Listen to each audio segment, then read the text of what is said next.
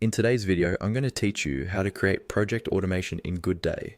By the end of this walkthrough, you'll know exactly where to go, what to click, and how to confidently start setting up automations for your projects.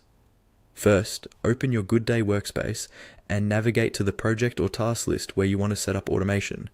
Find a specific task within that project, and look for the three small dots located beside the task name. These three dots are often called the More Options or Context menu. Go ahead and click on those three dots. This is where GoodDay hides a lot of the advanced options for managing that particular task, and more importantly for us, for accessing the project's configuration. After you click the three dots, a drop-down menu will appear. From this list, look for the option labeled Settings, and click on it. This will take you into the settings area for that project or task group.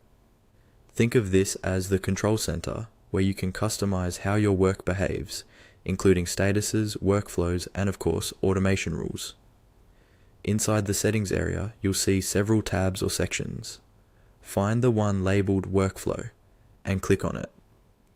The Workflow section is where you define how tasks move from one stage to another, like from to do to in progress to done. It's important to be here because GoodDay ties many automations to the workflow stages and transitions. Once you're in the workflow section, look for an option called Automation.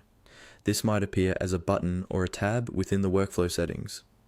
Click on Automation to open the Automation Configuration panel. This is the place where you can create rules that tell GoodDay what to do automatically when certain conditions are met, such as changing a status, assigning a user, or sending notifications.